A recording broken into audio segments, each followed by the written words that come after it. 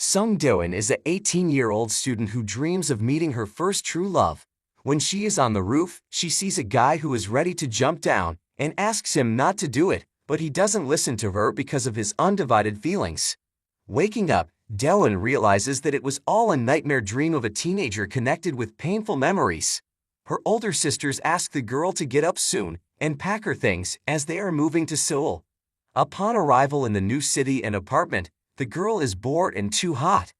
The older sisters make Doin go to the nearest store to buy water and ice cream.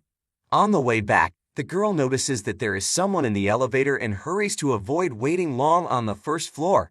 Realizing that she's not alone here, but not having time to look at the person next to her, Doin carefully looks up and notices a handsome guy in front of her. Embarrassed, she drops the bag, but the guy helps her gather groceries, and the girl falls in love with him from the first minutes. The next morning, her older sister drives Doin to school and gives autographs to the students, as she is a popular person. Meanwhile, Doin gets to know her classmates and recognizes the guy from the elevator. After class, Hana and Nara meet her and dream of becoming her friends. She recognizes Yu, a guy from her last school who moved to Seoul because of some problems. After class, Doin says goodbye to her friends and hurries after the guy from the elevator, whose name is Sung. As it turns out, he used to be rude and beat up anyone he doesn't like, so no one is friends with the guy. Naive and in love, Doin doesn't know this and confesses her sympathy to Sung. Asking the girl to close her eyes, he runs away as he does not want to communicate with her. Upon returning home, Doin tells his older sister about everything. She not only laughs at the girl, but also suggests thinking about Yu's candidacy, suggesting that he is an old acquaintance and might be a better option for a relationship. Yu calls Doin, but the girl isn't in much of a hurry to talk to her friend, since she's in love with Sung and wants to be with him. A minute later, the guy rings the doorbell, but only to hand the girls their middle sister who is overindulged in alcohol. The girl is constantly throwing up, so Doin must clean up after her sister in the hallway. Sung decides to help her, but ends up having to give her his cell phone number without telling her that he has another girl living at home. Within a minute, Doin starts attacking the guy with 100 messages and calls. The next morning, she meets him outside the school, trying to socialize in the classroom and cafeteria. The others laugh at her, believing that the girl is humiliating herself too much. Unable to stand it, Yu takes her old friend out of class and asks her to stop acting like this. Hana is jealous of Doin and Yu, believing that there's something between them, but the girl calms her friend down, proving that they've been friends since childhood and nothing more. In the evening on his way home, Sung is stopped by a group of hooligans led by his former friend. Doin sees what is happening and intervenes in the scandal, naively believing that these are the guy's friends. When she learns of the possible problems, she's not going to back down and takes Sung by the hand. A minute later, Yu is also there, ready to defend Doin. The leader of the bullies provokes Sung into a confrontation and gets punched in the face. The crowd is ready to pounce on the three students, but they are protected by Doin's older sisters. The hooligans could have attacked them too, but the middle sister works in the prosecutor's office, and this makes the teenage lawbreakers retreat. Upon returning home, Doin feels depressed, assuming that Sung has a girlfriend with whom he lives under the same roof. Soon the guy asks her out on a date, and the girl forgets everything, literally screaming with happiness. The next morning, the couple goes for a walk in the park, where Sung asks Doin to be his tutor and prepare him for the entrance exams. After studying, the couple goes to a restaurant, but accidentally meet their classmates. There, the guys act like rivals by eating spicy pork, but it turns out that they only do this to have a free lunch.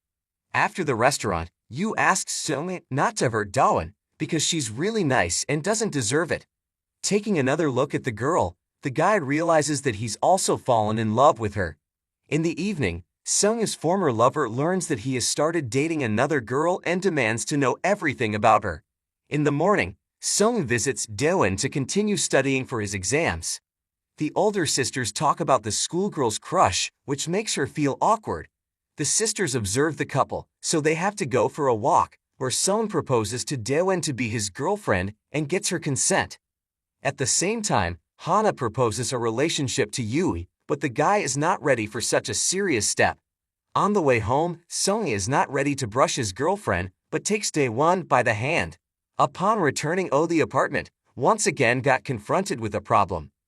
The girl is depressed and eats until she feels sick, causing the boyfriend's mother to have to call an ambulance. The next morning, Daewon goes to school happy and can't hide her smile. Seeing that Sung isn't at school, the girl is sad, not understanding what problem is. Hana ignores her friends because of Yui, as she doesn't want to socialize with him after giving up on the relationship. Nurse prosecutor finds Jun's personnel file and realizes that he is extremely dangerous. Hain meets Daewon outside the school and pushes the girl to the ground. She is extremely aggressive and states that she is dating Sung, which creates a misunderstanding. Yu saves Daewon by stating that she is his girlfriend and he will take revenge on anyone who hurts her. A little later, Yu asks Daewon for some helpful advice to figure out how to deal with Hana. In the evening, Sung returns home with his family. Noticing Daewon, he apologizes to her for her absence and the couple brushes, professing their love for each other. In the evening, the guy doesn't answer his phone due to Yuna's jealousy and drowns his phone in the fish tank. Meanwhile, Hain learns from a bully that Yu tricked her and Daewon is really dating Sungi.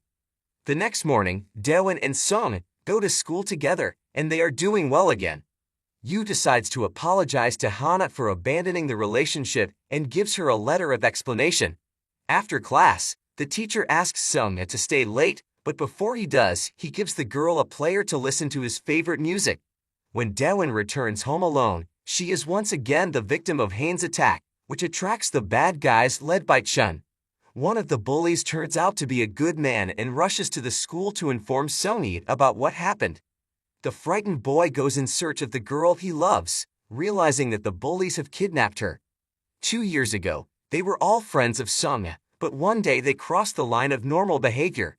Hain was dating the guy and was offended that Sung claimed to be living with him. A mob of girls attacked her in the restroom, insulting and hurting the defenseless girl. Sung rescued her but was bullied and taunted, causing him to transfer to another school. In the present, Sung and his fellow bully go in search of the girl but do not realize where she is. At the same time, Hain beats up Daewon, causing the girl to hit the back of her head on a radiator and lose consciousness.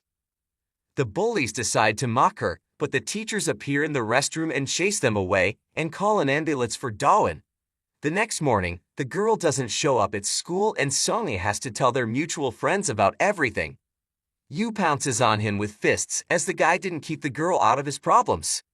The bullies are questioned at the police station, but they are not afraid of punishment because they are minors. The sisters visit Daewon in the hospital and soon their parents come to visit them. The mother does not want public scandals as the father is preparing for the election and nothing should tarnish his reputation. The prosecutor's daughter is disappointed with the behavior of her parents and says that she herself will avenge her younger sister. In the evening, Sung finds out where the bullies have organized a meeting place and plans to go to it. Yuna stops him, assuring him that what Daewon needs now is not revenge, but support. The next morning, the friends visit the girl in the hospital, but she kicks everyone out of her room, including her older sisters. A little later, Daewon climbs onto the roof of the hospital and remembers how cruel and cold she was to her classmates 2 years ago. The only people she socialized with were Yu and the school's best student, who earned her favor with their intelligence. The trio studied long and hard, spending all their time together. It seemed that the best student had a chance to fall in love with Daewon, and he conceded the title of the best student to her, hoping that after that the girl would reciprocate his crush. Everything changed one day when bullies decided to bully the guy with good grades. They attacked and tried to beat up the guy, but Yu and Daewon protected him, risking their own health. As it turned out, the guy owed the bullies a lot of money, but his friends decided not to leave him in trouble. The next morning Mara does a visit and wanted to confess his love to her, but chickened out, realizing that the girl considers him a friend. In the evening, he decided to propose a relationship through a message, but the bullies found him before the smart guy could send a declaration of love. The bullies brutally beat Mara and the next morning he appears at school, not wanting to communicate with anyone. Daewon pursues the guy and finds him on the roof, begging him not to do anything stupid. After confessing his love to the girl, the smartest guy in school jumps down, settling the score with his life. In the present day, Sung-ha finds the girl on the roof of the hospital and prevents her from doing anything stupid.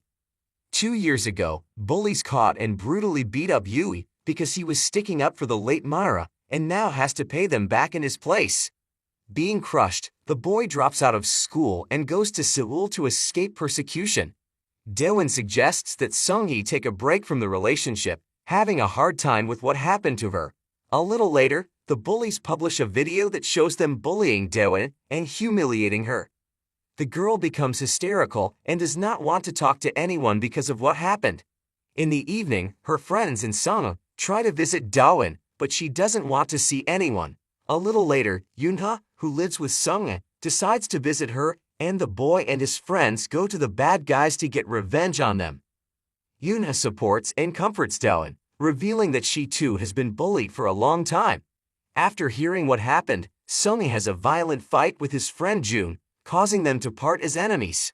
While Yoon-ha and Daewon talked at each other complaining about their problems, Sung, Yoo, and their friend demand that the bullies delete the video. Hain tries to talk to the guy she has a crush on, but he rudely rejects her, not wanting to socialize with a bad girl. Jun acts overconfident and gets punched in the face by Sung-ha. Enraged, the bully orders the three daredevils to take their lives and a massive fight breaks out between them. The bullies brutally beat up the three guys, but they hardly fight back. As it turns out, this was Sung-ha's plan to make the bullies to delete the video. Shortly before the encounter, the schoolchildren called to the scene, asking Hana and Nara to take a video of what was happening. If the plan succeeded, the bullies would be arrested, after which they would be made to delete the video of the unfortunate Daewon being bullied. After talking to Yoon-ha, the girl learns about the mass brawl and rushes to the guys.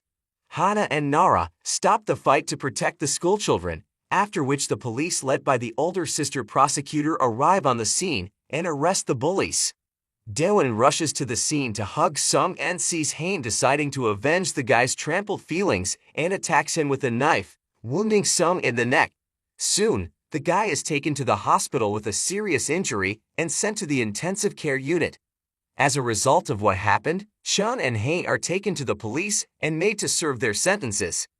The prosecutor's sister warns them that this is their last chance to reform, because soon they will become adults and may spend their lives in prison if they continue to behave like this. Yoon-ha and Daewon become friends and visit Sung-hee, who is slowly recovering in the hospital. When the girl falls asleep next to the guy's bed, Yoon-ha asks him to tell her another secret that he had kept secret earlier.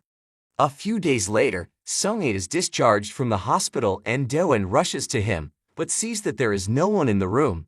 After rushing to his house, the girl doesn't find the guy, only receiving his farewell letter from Yoon-ha. Sung-hee hasn't forgiven himself because his former bully friends hurt the girl. After thinking a lot about what happened, he decided to distance himself from Daewon so that she would be safe. 3 years later, schoolchildren have grown up, finished their studies and entered the university, and found a job, realizing themselves. The only unhappy person left was Daewon, still waiting for Sung to return. Yoon-ha and Daewon met after school and went to a cafe, where they recognized Hain, a bully, as a waitress. Hain, who has changed a lot since that time, asks for forgiveness for her despicable behavior and kneels down in front of the girls. In the evening, the old friends meet at a jointly opened restaurant and have fun. At night, the sister prosecutor sends Daewon to the store. On the way back, the girl hurries to the elevator and runs in at the last moment. Seeing that someone has pressed the floor above her, the girl drops the bags on the floor and turns around to meet Sung. Embracing each other, the couple realizes that nothing and no one else will interfere with their happiness.